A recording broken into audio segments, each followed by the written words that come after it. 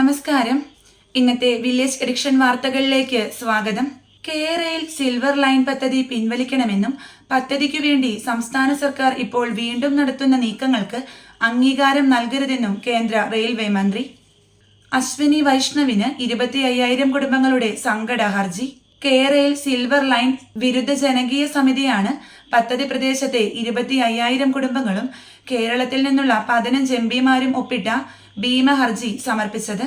ബംഗ്ലാദേശിലെ രാഷ്ട്രീയ പ്രതിസന്ധി ഇന്ത്യൻ വസ്ത്രനിർമ്മാണ മേഖലയ്ക്ക് നൽകുന്നത് പ്രതീക്ഷയാണെങ്കിൽ വ്യവസായ രംഗത്തെ അതികായൻ ഗൗതം അദാനിക്ക് സമ്മാനിക്കുന്നത് നിരാശ.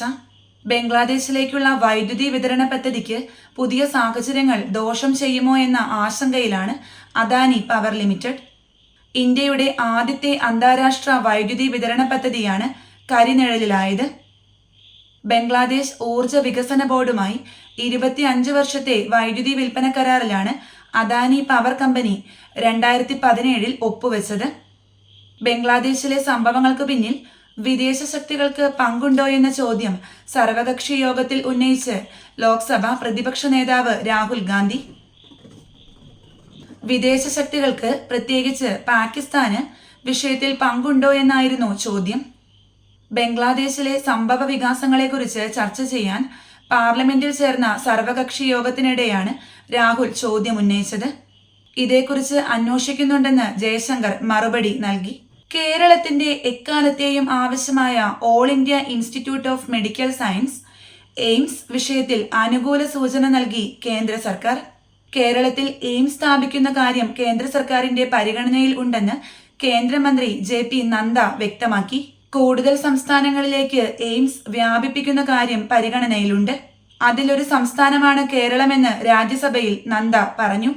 വയനാട് ദുരന്തത്തിന്റെ പശ്ചാത്തലത്തിൽ മുല്ലപ്പെരിയാർ അണക്കെട്ട് വിദഗ്ധ പരിശോധനയ്ക്ക് വിധേയമാക്കണമെന്ന് മുസ്ലിം ലീഗ് MP ഹാരിസ് ബീരാൻ രാജ്യസഭയിൽ ആവശ്യപ്പെട്ടു.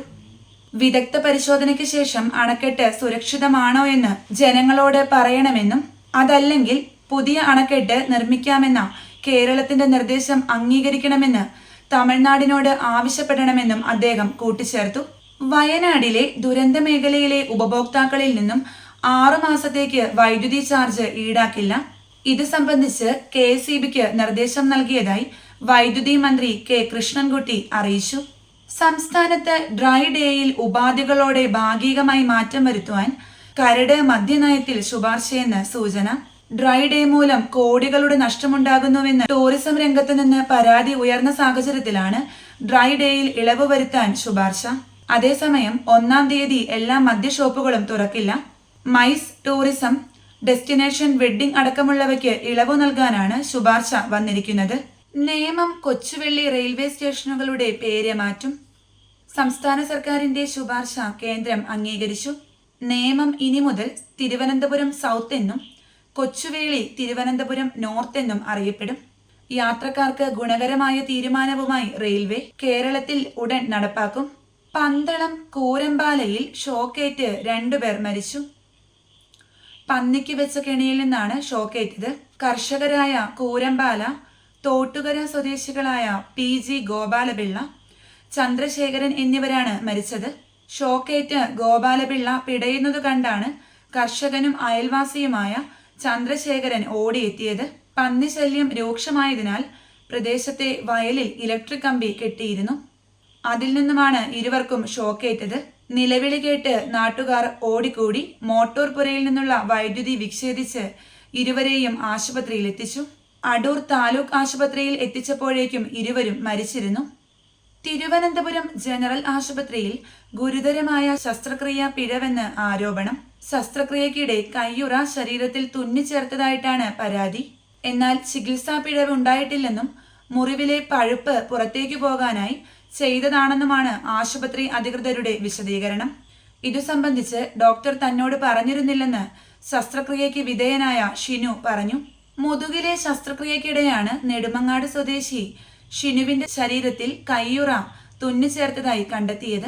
വീട്ടിലെത്തി 2 ദിവസം കഴിഞ്ഞിട്ടും വേദന മാറാതിരുന്നതിനെ തുടർന്ന് ഭാര്യ മുറിവിന്റെ കെട്ടഴിച്ചു നോക്കിയപ്പോഴാണ് ഗ്ലൗസിന്റെ ഭാഗം തുന്നിച്ചേർത്ത നിലയിൽ കണ്ടെത്തിയത്. ബംഗ്ലാദേശിലെ സംവരണ വിരുദ്ധ പ്രക്ഷോഭത്തിൽ അവരുടെ മുൻ ക്രിക്കറ്റ് ടീം ക്യാപ്റ്റൻ മഷ്റഫ മുർത്താസയുടെ വീടിന് തീയിട്ട് പ്രക്ഷോഭകർ. ഖുൽന ജില്ലയിൽ നരൈസൽ മണ്ഡലത്തിലെ മൊർത്താസയുടെ വീടിനു നേർക്കാണ് പ്രതിഷേധക്കാർ അതിക്രമം നടത്തിയത്. ഭരണകക്ഷിയായ അവാമി ലീഗിനെ പ്രതിദാനം ചെയ്യുന്ന MP-യാണ് നിലവിൽ മുർത്താസ. വീട് കത്തുന്നതിന്റെ ചിത്രങ്ങൾ പുറത്തു വന്നിട്ടുണ്ട്. മയക്കുമരുന്ന് ലഹരിയിൽ പരാക്രമം കാട്ടിയ യുവതിയെ പോലീസ് അറസ്റ്റ് ചെയ്തു. വനിതാ പോലീസുകാരിയെ ഉൾപ്പെടെ മർദ്ദിച്ചതിന് ബാലുശ്ശേരി തുരുത്തിയാട് സ്വദേശി അമൃതയെയാണ് പോലീസ് അറസ്റ്റ് ചെയ്തത്. താമരശ്ശേരി പോലീസ് സ്റ്റേഷനിലെ CPO രജിതയ്ക്കാണ് അമൃതയുടെ മർദ്ദനമേറ്റത്. ബസ്സിൽ നിന്നും ഒരു വിധത്തിലും ഇറങ്ങാത്തതിനെ തുടർന്ന് ജീവനക്കാർ അറിയിച്ച പ്രകാരം സ്ഥലത്തെത്തിയ പോലീസുകാരെയാണ് യുവതി മർദ്ദിച്ചത്. പിന്നാലെ അമൃതയെ ആശുപത്രിയിലെത്തിച്ചു. ആശുപത്രിയിലും യുവതി പരാക്രമം തുടരുകയായിരുന്നു. തെളിവിനായി പോലീസ് യുവതിയുടെ പരാക്രമത്തിന്റെ വീഡിയോ അടക്കം പകർത്തിയിട്ടുണ്ട്. ഈ വാർത്താ ബുള്ളറ്റിൻ ഇവിടെ അവസാനിക്കുന്നു. നന്ദി, നമസ്കാരം.